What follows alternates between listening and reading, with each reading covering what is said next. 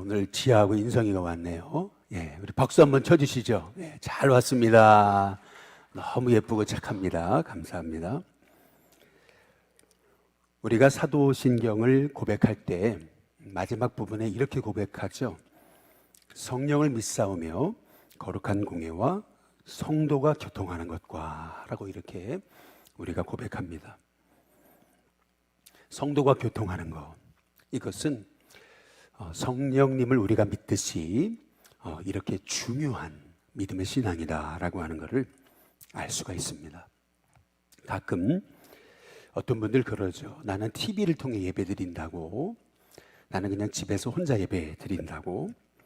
또 어떤 분들은 그냥 대형교회 가가지고 이름도 빛도 없이 그냥 예배만 드리고 온다고, 뭐 이런 여러 가지 얘기들을 하시는 분들을 종종 있습니다. 물론 어떤 말 못할 사정이 있겠죠. 뭐 교회에서 성도들 간에 교제하다 상처를 받았거나 뭐 여러 가지 아픔과 어려움이 있겠죠. 그러나 성경이 말하는 진정한 신앙은 성도의 교제를 통해서 세워지는 신앙입니다. 결국 참된 믿음이란 성도의 교제를 통해서 성장해가고 또 성숙해가는 것임을 우리가 기억해야 된다라고 하는 거죠.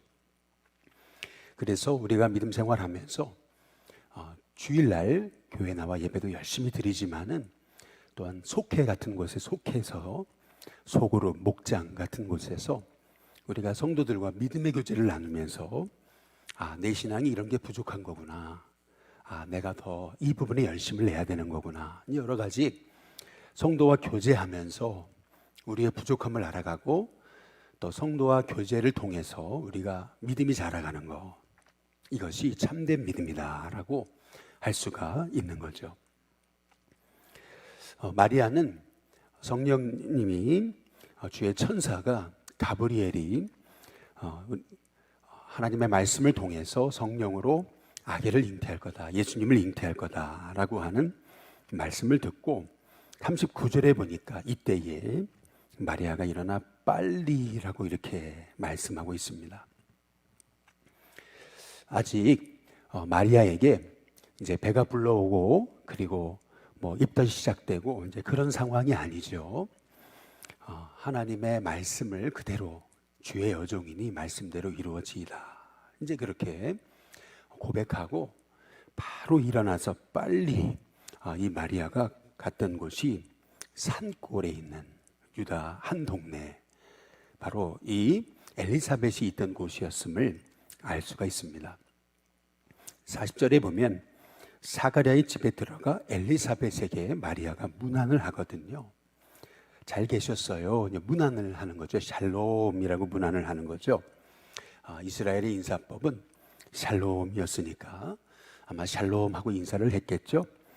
그런데 41절에 보시면은 엘리사벳이 마리아가 문안함을 들음에 아기가 복중에서 뛰놀았다, 이렇게 말씀하고 있습니다. 엘리사벳이 이제 잉태한 지 6째 달이 됐으니까 아기가 복중에서 뛰노는 것을 이제 엘리사벳이 느낄 수가 있었겠죠. 그런데 오늘 여기 말씀을 통해서 우리가 알 수 있는 너무나 중요한 부분이 있습니다. 우리가 성령 충만한 성도들과 믿음의 교제를 나누는 것이 얼마나 중요한지 우리가 오늘 말씀을 통해서 알 수가 있는 거거든요. 마리아가 늘 하나님의 말씀에 순종하는 성령 충만한 마리아가 또 믿음으로 살려고 고백하는 엘리사벳과 서로 만나 교제할 때 아기가 복중에서 뛰놀았다, 아기가 춤을 추고 아기가 기뻐하고 아기가 뛰는 그런 역사가 일어났다라고 오늘 성경이 우리에게 말씀하고 계시잖아요. 우리는 오늘 이 본문을 통해서 성도가 믿음의 사람하고 이렇게 교회에서 또 가정에서 또 일터에서 믿음의 교제를 나누는 것, 이 성도의 교제, 이것이 얼마나 중요한 것인가라고 하는 사실을 우리가 알 수가 있습니다. 여기 41절에 보니까 끝에 엘리사벳이 성령의 충만함을 받아 라고 그렇게 말씀하고 있죠. 마리아나 엘리사벳이나 성령 충만한 여성들이었던 거죠. 두 사람의 믿음의 교제는요, 우리 성도 간의 교제가 어떠해야 되는지 알 수 있는 너무나 중요한 교제의 모델인 겁니다.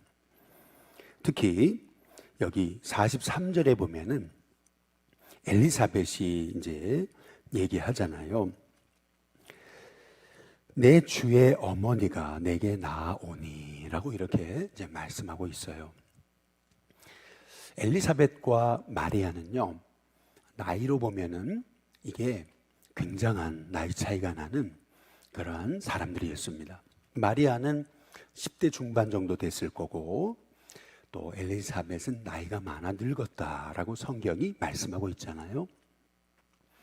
그러니까 나이 많은 엘리사벳과 그리고 아직 10대인 마리아가 서로 만나서 믿음의 교제를 나누는 장면을 한번 생각해 보세요. 참 놀라운 거죠. 우리 교회에서도 속회에서 이제 연세가 지긋하게 드신 우리 권사님들과 이제 갓 결혼한 우리 세대과 함께 교제를 나누는데, 그 교제가 어떤 나이의 차이라든지 어떤 그 문화의 또 삶을 살아온 차이가 있다기보다는 오늘 여기 43절에 보니까 내 주의 어머니가 라고 이렇게 엘리사벳이 이제 마리아를 향해서 지칭하거든요. 얼마나 이 엘리사벳이 영의 눈이 떠져가지고 마리아가 지금 이제 잉태한 이 아이가 얼마나 하나님이 예정하신 그런 아기인가라고 하는 것을 이 엘리사벳이 고백하는 장면을 우리가 볼 수가 있는 건데요. 이 두 사람의 이 대화를 통해서 우리는 성도의 교제의 아름다운 모델을 우리가 보게 되는 거죠. 저는 우리 일신교회 안에 이러한 아름다운 성도의 교제가 끊임없이 일어나는 귀한 은혜가 있게 되기를 주님의 이름으로 축복합니다. 벌써 성령 충만한 참 은혜로운 믿음의 교제가 있는 곳에는요, 내 믿음이 살아나고 내 믿음이 회복되고 그리고 어떤 고난과 어려움도 견디고 남음이 있는 그런 은혜가 있습니다. 우리 일신교회 속회가, 우리 일신교회의 소그룹 목장이 이러한 참 만남의 축복이 있고 아름다운 성도의 교제가 있는 은혜가 있게 될 수 있기를 주님의 이름으로 축복합니다. 이제 마리아는 엘리사벳을 만나가지고 이제 그런 얘기를 했겠죠. 누가복음 우리가 어제 살펴본 말씀처럼 1장 26절에서부터 38절에 있는 말씀을 엘리사벳에게 전해줬겠죠. 주의 천사가 오셔서 내게 갑자기 성령으로 아기를 잉태하게 하실 거다라는 말씀을 주셨다고, 나는 그 말씀에 순종해서 주의 여종이오니 주의 말씀대로 이루어지리라 고백을 했노라고 이제 그렇게 고백을 했을 때 우리는 이제 그런 얘기를 할 수 있는 거잖아요. 아니 어떻게 그게 가능하냐, 너 좀 이상한 거 아니냐, 뭐 이렇게 얘기를 한다든지, 아니면은 마리아를 향해서 뭐 이런 얘기를 또 할 수도 있겠죠. 애가 애를 뱉네 뭐 이러면서 이제 판단하고 그럴 수도 있겠죠. 그런데 오늘 말씀에 보면은 이런 얘기를 해요. 여기 45절을 한번 보시죠. 45절에 보니까 45절 우리 함께 한번 읽어보실까요? 함께 같이 읽어보겠습니다. 누가복음 1장 45절입니다. 같이 읽습니다. 시작. 주께서 하신 말씀이 반드시 이루어지리라고 믿은 그 여자에게 복이 있도다. 마리아는 주의 말씀 그대로 그냥 받고 믿잖아요. 또 엘리사벳에게도 이제 그러한 믿음이 이제 서로 교제하면서 서로 같은 믿음이 생겨지게 되는 거거든요. 어떤 사람이 복이 있는 거냐면, 하나님의 말씀이라면 그 말씀이 불가능해 보여도 그 말씀을 가능으로 여기는 그 믿음. 주의 말씀이라면 반드시 내 삶 가운데 이루어진다라고 하는 그 믿음, 그 믿음이 있는 여자는 복이 있다. 참 오늘 여기 마리아와 엘리사벳의 이 만남, 교제를 통해서 아니 10대 소녀와 연세가 지극히 드신 우리 권사님과의 이 교제가 이렇게 아름다울 수 있을까? 성령의 교제, 믿음의 교제, 성도의 교제의 모습의 모델을 우리가 보게 되는 거죠. 저와 여러분이 만나는 자리에 이런 은혜가 있게 되기를 주님의 이름으로 축복합니다. 속회에서 성도들이 만나면 믿음이 회복되고 살아나고, 그리고 선교회에서 같이 교제하면은 그렇게 우리의 믿음이 회복돼서, 그래서 그 만남이 그리워지고 또 그 만남이 나를 세우는 축복의 자리가 되는 은혜가 있게 될 수 있기를 주님의 이름으로 축복합니다. 그렇게 해서 오늘 여기 56절에 보면은 마리아가 석 달쯤 함께 있다가 집으로 돌아갔다, 이제 이렇게 말씀하고 있습니다. 그런데 제가 이 말씀을 보면서 눈에 확 띄었던 말씀이 있어요. 마리아가 석 달쯤 함께 있다가 라고 이렇게 얘기했잖아요. 여기 함께 있던 곳이 어디입니까? 함께 있던 곳 39절에 보니까 산골, 유대한 동네였던 것을 볼 수가 있는 거죠. 65절에 보시면은 모든 말이 온 유대 산골에 두루 퍼지매 라고 이렇게 말씀하고 있잖아요. 우리 인생에서 우리가 어디 있는가 라고 하는 것보다 더 중요한 것은 내가 어디 있든지 간에 내가 주님을 바라보고 있는가, 이제 그것이 더 중요한 것임을 오늘 말씀을 통해서 알 수가 있는 거죠. 이 엘리사벳과 마리아의 교제는 그냥 산골, 유다한 동네였습니다. 아주 깊숙한 산골, 별로 사람들에게 주목받지 않는 그런 비천한 자의 만남과 교제였죠. 그러나 그 산골에서도 하나님의 은혜는 온 동네에 퍼졌습니다. 우리가 어디 있는가라는 것보다 더 중요한 것은 내가 있는 자리에서 얼마나 내가 주님을 바라보는가, 근데 이것은 너무나 중요한 사실을 알 수가 있는 거죠. 요셉이 감옥에 있었지만 거기에서도 주님 바라보잖아요. 그랬더니 감옥에 있던 요셉을 하나님이 끌어내셔서 그를 애굽의 총리의 자리에 앉히시는 거 아니겠어요? 우리의 어리석음은 늘 자리에 연연한다는 겁니다. 우리의 어리석음은 늘 내가 있는 곳이 어딘가, 늘 그 생각을 한다는 겁니다.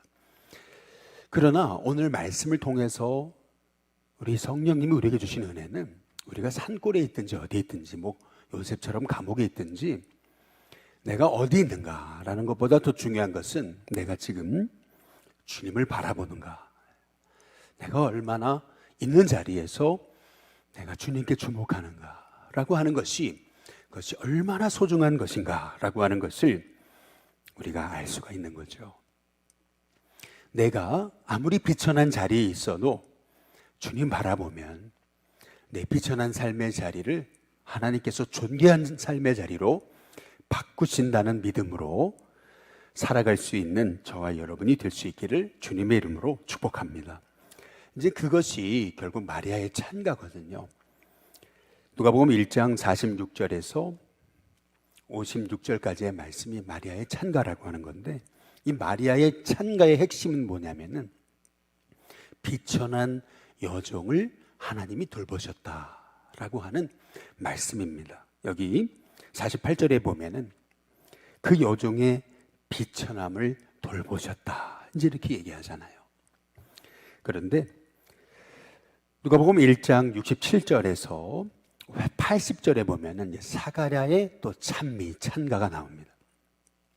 그 사가랴의 찬미, 찬가도 68절에 한번 보세요. 68절에 보면 찬송하리로다 주 이스라엘의 하나님이요 그 백성을, 그 다음 뭐라 그래요? 돌보사라고 이렇게 말씀하시잖아요. 48절에도 마리아가 이 여종의 비천함을 돌보셨다 이렇게 얘기하고, 사가랴는 주의 백성을 돌보셨다. 속량하시고 위하여 구원의 뿔을 그 다윗의 집에 일으키셨다. 이제 이렇게 고백하는 것을 볼 수가 있습니다. 누가가 좋아하는 표현이 돌보셨다는 표현입니다. 누가복음하고 사도행전에 무려 7번이나 이 말이 나옵니다. 헬라어로는 에피스켑토마라고 하는 말인데요. 이 말은 신적인 방문을 의미하는 겁니다. 주님이 날 찾아오셨다는 겁니다. 주님이 내 사정을 알아주셨다. 주님이 나를 돌보아 주셨다. 그러한 고백인 거죠. 주님이 날 알아주시는데 내가 무엇을 두려워할 것이 있으며 내가 무엇을 염려할 것이 있으며 주님이 날 높이시겠다는데 누가 날 끌어내릴 수 있겠느냐라고 하는 거죠. 하나님이 비천한 여정을 돌보시는 거, 그리고 유다 백성을 돌보시는 거, 그 고백이 이 마리아와 사가랴의 찬미를 통해서 고백하게 하신 하나님, 저와 여러분의 하나님이신 줄로 믿습니다. 언제나 하나님은 우리를 돌보시죠. 그래서 내가 유다 산골에 있든지 아니면은 뭐 감옥에 있든지 어디에 있든 중요하지 않습니다. 하나님은 양치던 그 목동의 자리에 있던 다윗을 돌보셔서 다윗을 일으키셔서 이스라엘의 진정한 목자로 세우신 거죠. 양치던 모세에게 찾아가셔서 하나님은 내가 너를 애굽 땅에 보낸다 말씀하신 분이 하나님이신 거죠. 따라서 내가 어디 있는가라는 것보다 더 중요한 것은 내가 정말 주님 바라보는가라고 하는 것이 더 중요하다라는 거죠. 저와 여러분이 늘 내 있는 자리가 왜 이 모양이냐라는 것보다 내 있는 자리에서 정말 주님 바라볼 수 있는 믿음의 눈으로 살게 해달라고 고백할 수 있기를 주님의 이름으로 축복합니다. 정말 주님 바라보는 자를 높이시고 주님 바라보는 종들을 돌보시는, 그래서 구원의 뿔을 일으키시는, 구원의 뿔이라는 게 뭐죠? 뿔이 의미하는 것은 힘입니다. 힘. 바로 진정한 구원자 되신 참 전능자 예수님을 우리에게 보내신 것을 사가랴가 믿음의 고백으로 고백하고 있는 거죠. 그 길을 예언할 아이, 그 길을 준비할 아이, 그 선지자가 된 아이, 그 아이가 이 세례 요한이라는 것을 고백하고 있는 겁니다. 그러면서 80절에 세례 요한이 자라며 심령이 강하여지며 이스라엘에게 나타난 날까지 빈들에 있었다라고 이렇게 말하고 있잖아요. 주님의 길을 준비하려면 심령이 강해져야 됩니다. 저와 여러분의 심령이 강해질 수 있게 되기를 주님의 이름으로 축복합니다. 이 땅에서 주님의 길을 예비하는 전도자, 또 주님의 길을 예비하는 복음의 도구로 쓰임 받으려면 심령이 강해지는 거죠. 우리 또한 이 새벽에 나온 지하인성이가 심령이 강해지기를 주님의 이름으로 축복합니다. 심령이 강해지는 은혜, 저와 여러분이 심령이 강해지고 여러분의 자녀들이 심령이 강해지는 은혜가 있기를 주님의 이름으로 축복합니다. 심령이 강해야 빈들에 있어도 그 빈들이 축복으로 여겨지는 겁니다. 아기가 자라며 심령이 강하여지며 이스라엘에 나타나는 날까지 빈들에 있었다라고 말하죠. 내가 어디 있는가 보다 더 중요한 것은 내가 얼마나 주님을 바라보는가에 달려 있습니다. 아기가 자라가고 심령이 강해지고 이스라엘에 나타난 날까지 빈들에 있었다.